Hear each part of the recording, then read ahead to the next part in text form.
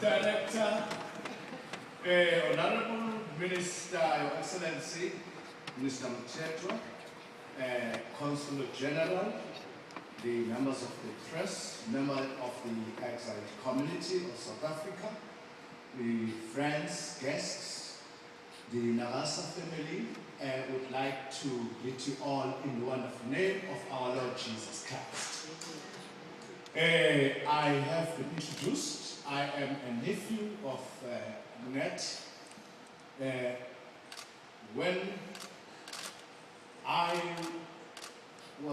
When Nat left the country in 1965, I was 5 years old. But I have vivid memories of him. I have fond memories of him that can never go out. But nevertheless, we thank the South African government, more especially the Department of Arts and Culture, the South African National Editors Forum, the provincial government of KwaZulu-Natal, the city of KwaZulu-Natal, for the sterling work they have done in making sure that today we overcome. And when we sing, we have overcome, I would like to render it in Zulu.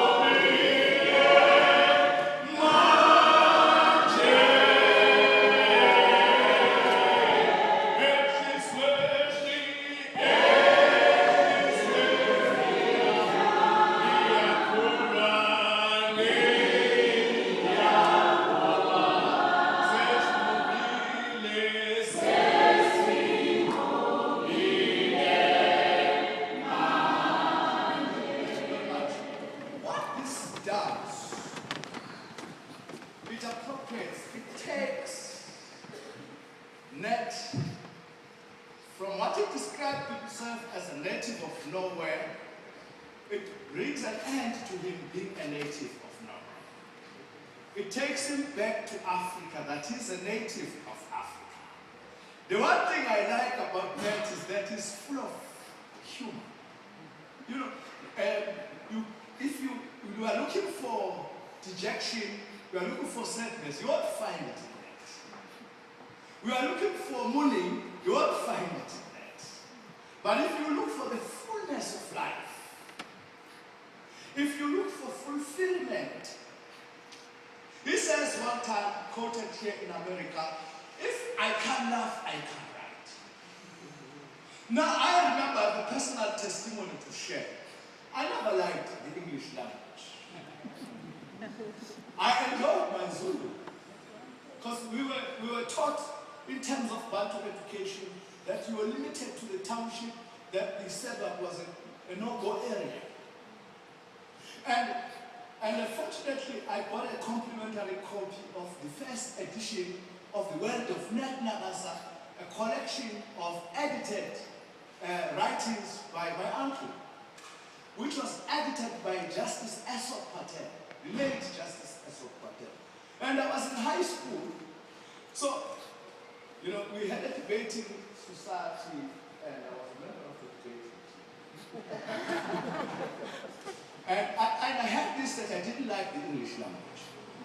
But when I read Nat, there was something that transcended the English language. I said, man, if this man, a Zulu man, a Bondo man, a Xhosa man, a this and that, if this man can open the world and show me that he could go to Hillbrow, he could go to Pretoria and write about Pretoria and write across the racial color line and use English beautifully. There's a story that says the cruelty of closed eyes. And I imagine this, the cruelty of, what could it be? I said, well, if I do not appropriate and take the English language as mine, my eyes are closed, because this man has opened my eyes to the beauty of the language, the beauty of the world, the goodness of humanity, regardless of apartheid. So, when we're having debates, I would just go prepare and say to my team, don't worry, I'm the last one to speak. And I go and read my uncle's book. And we go there and I listen to some of the very powerful, very gifted guys speaking. Then when I come with the final one. And I quote from my uncle, and we win the trophy. Then my English teacher comes to me and says, but you know, I never taught you this English. Where did you get it? I said, oh, well, I didn't want to say it because I was afraid that they would say that I'm political. Because the understanding was my uncle was political. So I said, no, you go to the Durban City Library. I get it from the Durban City Library. Now, that is the kind of life that I enjoy.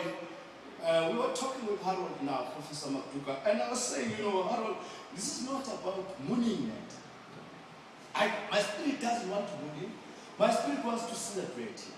Not only him, because in terms of Zulu, the Sotho, the Shanga, the Svenda, umuntu, in terms of our tradition, umuntu ngabantu. A man that you see, a woman that you see, the reverend that you see, has been made by others. She stands on the giants, on the shoulders of the other giants. Next stood on the shoulders of those giants. Some of them went Kentemba, Eskia, Pashele, they were men. And she went and interviewed Winnie Mandela in 1964. But she couldn't quote it because she was bad. That's the kind of net our family would like to take back to South Africa. And say to the young South Africans, in particular, the memory, the legacy of Nat.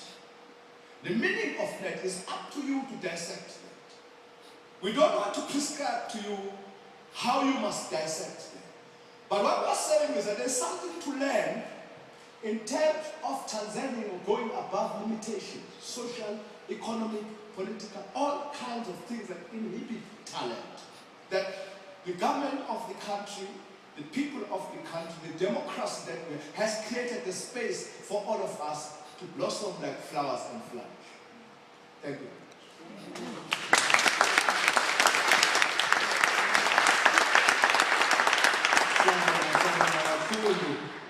I guess this is what we mean when we say in Africa, the dead are not dead.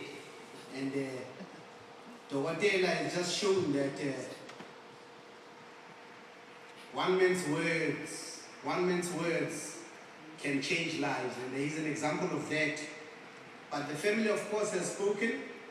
We all know that family and friends is not just people that you are connected to by blood or DNA. Family and friends are always people who give you unconditional love, and they nourish your soul and they support you wherever you are. Much as we have already said that Nat wanted to know who his people are and where his country is. In America, there are people who welcomed him and lived with him.